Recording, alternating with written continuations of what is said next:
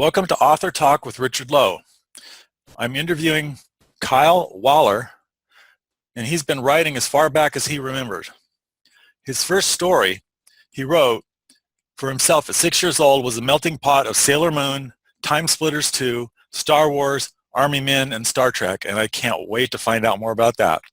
Since then, he has gone on to prepare several novels in his series for publication, since written out of order but written nonetheless, as well as earn an award from former President of the United States for national service, and while doing so, composed his upcoming dystopian novel, Ward, set to release on October 1st. Welcome to the show, Kevin Waller.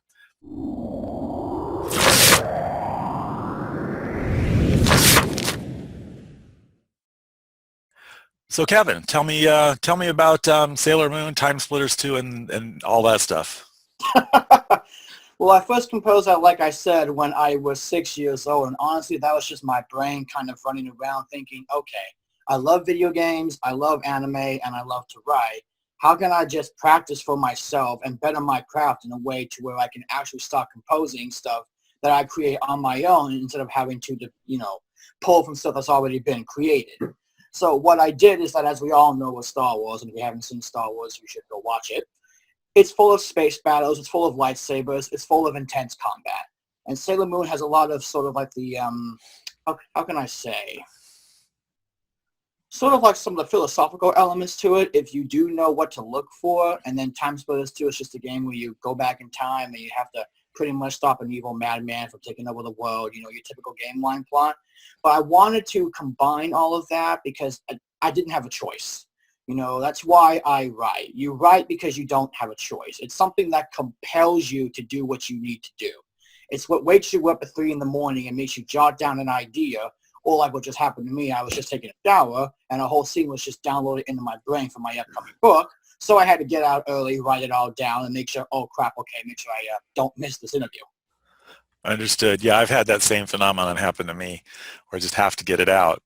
And it could be midnight, it could be 2 in the morning, it could be 1 in the afternoon. I could be driving. That becomes really weird. Yes, it does. I've had that happen to me too, and it's going, seriously? How am I supposed to do this now? You couldn't have waited 10 extra minutes? Exactly. All right. So how did you start becoming a writer? You've mentioned the melting pot. How did that morph into writing? Well, with me and writing, it's just something that happens. And I think that sort of goes for anybody who is an artist, regardless of what persuasion you are. It's just something that you do. It's something that you're compelled to do. You may not understand why. You may not understand how it's all going to pan out in the end, but it's something that you're just going to accomplish. You need to do it, and there's thoughts swimming around in my brain that as a writer, they need to get put out onto paper. And the biggest reason why I write is because we have so many problems going on in the world nowadays, yet people don't seem to be paying attention to them for whatever reason, or it's almost as if, oh, it's another terrorist attack. We've become conditioned to it. And becoming conditioned to evil and to negative energy is not normal. We shouldn't be going, oh, another terrorist attack? Only killed 5 people today. Well, at least it wasn't 10 like it was last week. It's stuff like that. And that's one of the big things why I'm writing what I'm writing, which is covering mental illness, which is, as we all know, a very black sheep taboo subject that our society as a collective still does not like to address. We like to look at it and go, oh, yeah, he's just a funny uncle. He's just, he's got some extra problems going on, but I'm sure he means well. That's not how we address a problem. We don't sweep it under the rug and go, yeah, it's there, but I don't know, just shrug your shoulders and move on apathetically. That's not how this works. Very interesting. What was your first novel? The first novel I wrote was called The Radix Fable, which is ironically enough. So you know how Star Wars came out, episodes 4, 5, 6, 1, 2, 3, 7, 8, and 9? Mm-hmm. Well, that's how my series is going to come out. That was not planned. That's just something that sort of organically evolved on its own. So the first book I ever wrote was going to be the first book in that series. But what ended up happening is that I thought I had written one novel. Turns out that one novel was over 400,000 words and ballooned into about 3. but all of that was pretty much my college experience, if you will. I haven't gone to college. I'm self-taught. I just sit down and I do it because I know that's what I'm destined to do. So I took those novels and I used it as my college writing equivalent experience. And then I took all of that knowledge and moved it over to what is now Ward, which is set to come out, as you said, October 1st. All right. And you're self-published, correct? That is correct, sir. Why do you like self-publishing as opposed to traditional? A couple of reasons. One, I hate writing query letters. And then my second reason is that I want to retain my creative control, because I know for a definitive fact, and especially within Western civilization, we've seen this rampage epidemic, if you will, of increasing censorship. And I'm not saying that my stuff is overly gory or, well, there is some violent elements to it, but it's not gory. It's not, you know, sexual in any way. But I do know the big five are very big on cookie cutter type novels. Well, you know, if you don't fix something that isn't broke, you know what I mean? I feel like that's sort of their mentality, whereas I've never been a conformist. I've always been a deviant. Ask either of my parents that. I've always been rogue. Only child. Thank God they couldn't handle two of me. But that's why I'm a self-publisher. It's because I want creative control over what I do. I understand. Did you have any issues self-publishing that you can help other writers get over by talking about them? The biggest thing is going to be develop your market plan. If you do not develop a market plan, you are sunk. That is the first thing. The second thing is to realize art in whatever shape or form is two parts. It is your passion, but it's also a business. So by default, you're an artistic entrepreneur, as I like to call it.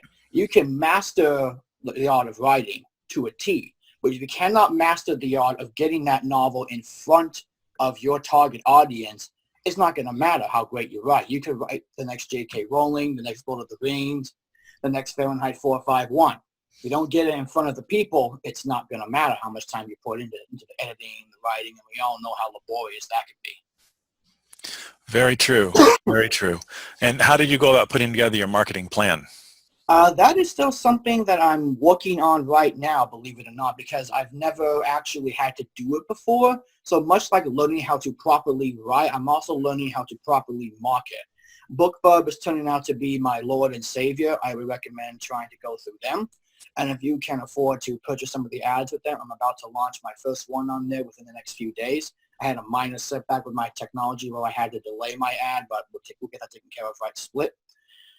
Identify your target audience. Know what genre you're writing. Know who typically reads that genre. Who is your fellow competition? How can you market your novel in a way that stands out from all the others? Because let's be honest, writing, and especially if you go into fiction and dystopian especially, the market is utterly saturated with so many novels. And especially if you go down the self-publishing route, the biggest thing that I've seen is that a lot of them are poorly formatted, they're full of spamming errors, and they just do not come across as professional to really anybody. Even readers who don't typically read are going to look at this and go, this is out of format, this isn't set up correctly, why would I want to read this? So narrow down your formatting and narrow down your marketing plan and your target audience. Yeah, what I've found is you shouldn't even bother to market until you've got your cover, your story, everything looking good, because if they see your cover and your cover is awful, they're not going to buy your book. Exactly. And luckily, in that sense, I did decide to wait. I think I waited slightly longer than I should have, but again, learning pains, growing pains, lessons learned. We'll apply the knowledge going forward. I don't have any regrets about it. Of course. Yes, and if your description doesn't grab them, or your header, or your title rather, then you're just not going to get the customers in. Of course, you should start marketing, at least my belief is, when you're writing a big book, several months before you release the book. Of course, if you're I often write short books, so I don't start marketing until the book's published because I write them in a day. But the longer books that take a longer time, you should start in advance. Would you agree with that? I believe that definitely, yes, there's plenty of benefits to that. I think it's honestly a matter of what's going to work for you, and it would depend ultimately on the genre, if it's fiction, if it's nonfiction, And ultimately, if you're already established or if you're not so established, I definitely won't dispute what you said because it definitely has plenty of valid points and is very much a viable option. I do not have the ability to write books in a day as you do. I know you've written enough to fill probably a library's worth before. I looked you up a little bit on your site, and I'm going, holy crap, this guy knows what he's doing. It's true. I have written a lot of books, and I'm writing a lot of short fiction now because it's quick, and it lets me tell the story very fast and very easy and very to the point. But you're writing longer stuff. Yes, sir, I am. And like I've said, Ward is the first in a planned series of approximately 12 to 14 novels. I've got the next several books and at least some of the critical key plot elements already planned out. I won't go into detail about those, but I'll tell you this, a lot of it does involve California because I am born and raised here in California, and specifically the Bay Area. So I wanted to go ahead and take this unique environment and go, okay, what can I do to really make my novel stand out? What's going to be unique? And in addition to that, what is a very interesting subject that is not widely talked about, but needs to be talked about because it affects human society on such a deep and intricate level? And at the same time, I'm going, okay, so what has been my personal experiences? Mental illness, because I have endured a lot of it. I'm a survivor of very severe depression. I'm a survivor of suicide. I did not attempt it, but I was on my way to go do it back in 2009 when I was 13. And I'm sitting here and I'm going, holy moly, I think we may have our answer. And thus Ward was born. Very good. Very good. So that helped you with your depression and other things going on. In some ways, yes, it did. The biggest thing was about finding faith, and I'm not here to proselytize, and I'm not here to preach faith on the other people because people try to push it onto me and it didn't work. You have to be willing to accept that kind of stuff. But I try to write in a way that conveys important messages, such as open-mindedness, talking about evil, talking about how direct and how manipulative evil can be behind the scenes, and how evil can ultimately mask people's perceptions of reality. A prime example of that, individuals who have mental illness or individuals who are homeless. I can't tell you how many times, and being that I go to San Francisco so frequently, we have a homeless epidemic currently ongoing and ever evolving. We just look at them and we treat them as second-class citizens as if they don't even register. That isn't human. That's evil-minded right there. That's very evil-minded to do that. Are you sure we treat them as second-class citizens or not animals? I am trying to be optimistic. Yes, I would hate to say it, but in many ways, we do treat our animals better than we treat our fellow humans who are unfortunately going through a rough patch. And a lot of people don't want to admit this fact, but most people are only one paycheck away from ending up like that. But again, that's one of those realities that people don't like to discuss. The same thing is with mental illness. So I'm one of those people who takes a very uncomfortable subject, much like George Carlin used to do, the late George Carlin, rest in peace, and I put it in front of your face and I make you look at it because there's no other way for our society to solve these problems.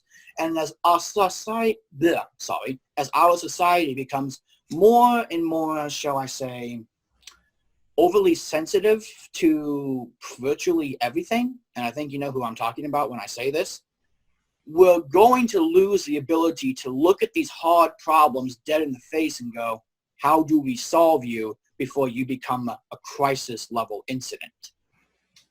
Yeah, we do tend to solve crises when they are actually crises instead of before that. Exactly. We wait until we're faced with extinction, then we go, oh, so what's our plan B? Exactly. So how are you planning to promote your books? You've talked a little bit about marketing and been in BookBub. BookBub is out of reach for most authors because of the preliminaries. So if you can't get a BookBub, what are you going to do? That is something that I'm also working on trying to identify right now. I would say one of the best things you want to try and do is get free traffic or get very cheap-driven traffic. Facebook ads are a godsend for this once you learn how to use them. And Facebook ads don't have to be expensive. You can run them for $1 a day, a few dollars a day. You can run them for $1,000 a day. It depends on your budget. And then I would also try and do like what I'm doing with you right now. Secure as much free publicity as you possibly can. And I understand it's very competitive. I'm enduring the same difficulties right now. I suppose the biggest thing you want to identify is, what is your story? What is unique about you? And why does the world need to see you right now? What is unique about you? And again, what is unique about you? Let's go. Let's just segue right into that. I suspect what's unique about me is that I am here to take a very sensitive subject and hit you directly in the face with it and go, listen, we have a problem. We treat individuals with mental illness as if they are second-class citizens at best. We look at a problem we do not understand, and we often hate what we do not understand. Either that or we fear it. I'm here to take a problem and put it in front of your face. I'm also here to do it in a way that entertains you. I'm here to do it in a way that is creative. If you decide to read any of Ward, you're going to see how vivid the world is. I'm a very big fan of world building. I'm a very big fan of taking what I see in my mind, putting it on the paper, and doing so in a way to where you can feel like you are walking beside the main character. You can see what he sees. You can feel what he feels. You can see the combat that's happening all around you in your face. All right. Do you find any techniques such as show versus tell to be useful for writers to understand?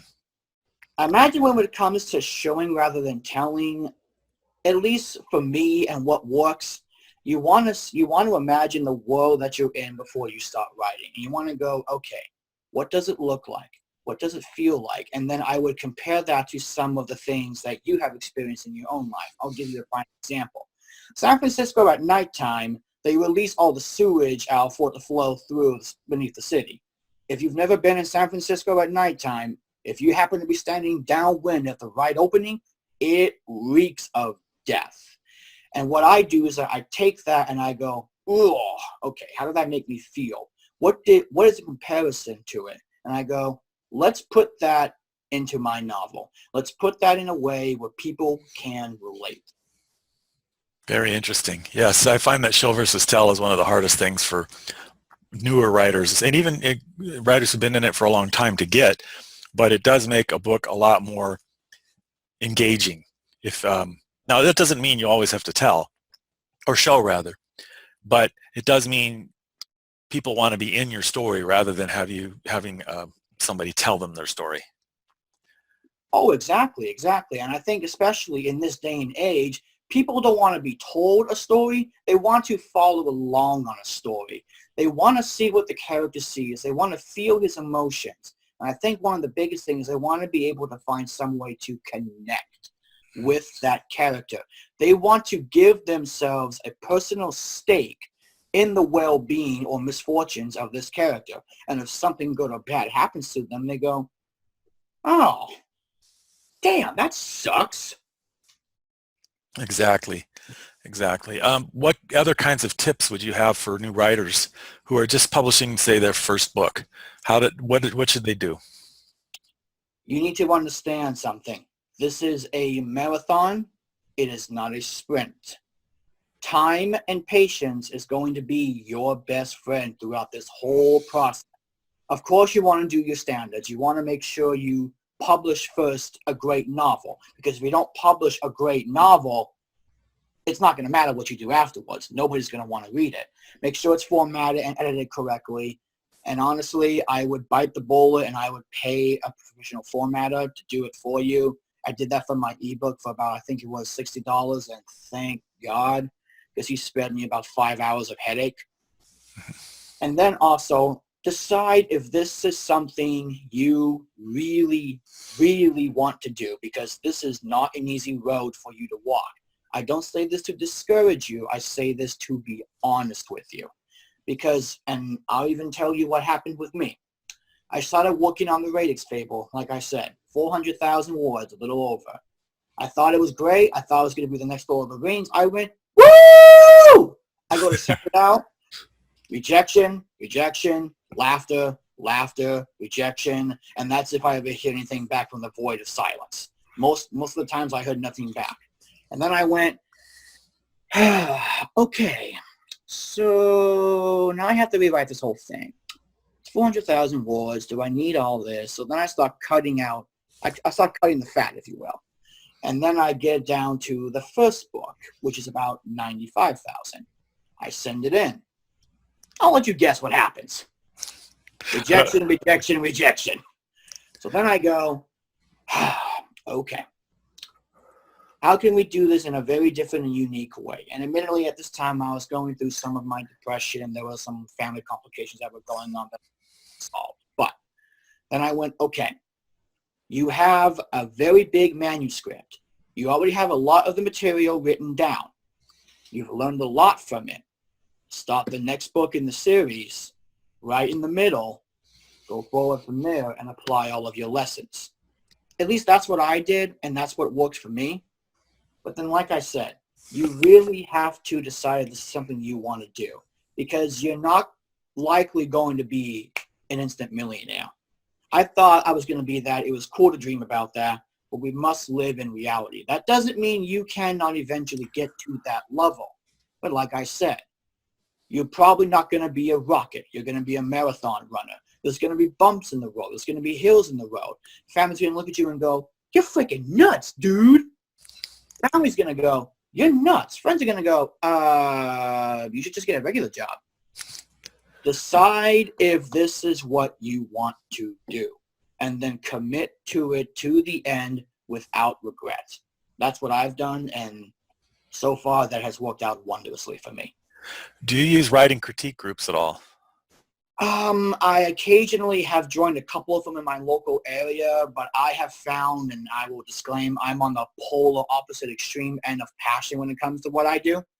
I have found that the critique groups that I go to, they kind of have the mentality of, oh, well, we're just here. We kind of do it for a little bit on the side, and it's fun to do it, you know. And I'm sitting here going, no, we're going to write a series. We're going to plan the characters. We're going to plan the next 5 books ahead. What do we do? Edit the novel. What do I need to do? And they go, whoa, back up. So I just haven't found the right group for me just yet. But I am in the Bay Area, so I don't think it'll be too hard. I just got to look hard enough. Yeah, I found that they can be good or bad. It depends on the group. I had one group that focused on grammar and stuff. That's not what I need. I hire a proofreader for that. And then I had another group that we got into the plot and things, and that was more useful. Exactly. That was helpful. And how do you remain productive in spite of everything? What do you do to keep going? It's my passion in life. I simply don't have a choice. This is something that I have to do. I remember my day job is disaster relief. I was in the U.S. Virgin Islands helping out after the hurricanes. I had had my old computer for 7 years prior. I ran that thing into the ground and it died on me while I was out there. And you don't know how hard it is to get a brand new computer shipped out to the USVI. It is a nightmare. So even then, have you seen the movie RV with Robin Williams when he has to text his entire speech and whatnot over his phone? Well, I pretty much had that for about a month and a half. Interesting. You just keep going, and especially for me. This is what I feel as if I was born to do. And I've had family try and stop me, and now they realize that they're glad I didn't listen to them. I've had friends try and stop me, and now they're also glad that I didn't listen to them. Only God and death is going to stop me at this point from doing what I want to do. Have I made money off it yet? No. However, that will be corrected. I've often found that most people don't make money off their first book unless they somehow have excellent marketing and have been picked up by one of the big 5, and the stars are just aligned in their favor. I don't even think Rawlings made money off her first book right away. I'm not sure. I would have to look that up and get back to you on that. Yeah, that's what I heard. It took a little while for it to take off, and then it became big. You just got to keep going. Exactly. So what is your favorite thing about being a writer? Being able to take problems that I see in the world and share them with other people in a way that is both entertaining or also letting them know this is dead freaking stuff. If you get mad at me because I'm writing about some negative subject or some subject that's very hard to swallow, I'm going to look at you and I'm going to go, why are you mad at me? You should be mad at the world in which you live in, because all this is pulled from the real world. Don't get mad at me. Get mad at the real life problems and solve it. Use that energy to solve the problem. Yep, exactly. Now, do you get writer's block? It does happen. I don't think there's a single writer alive who doesn't get it.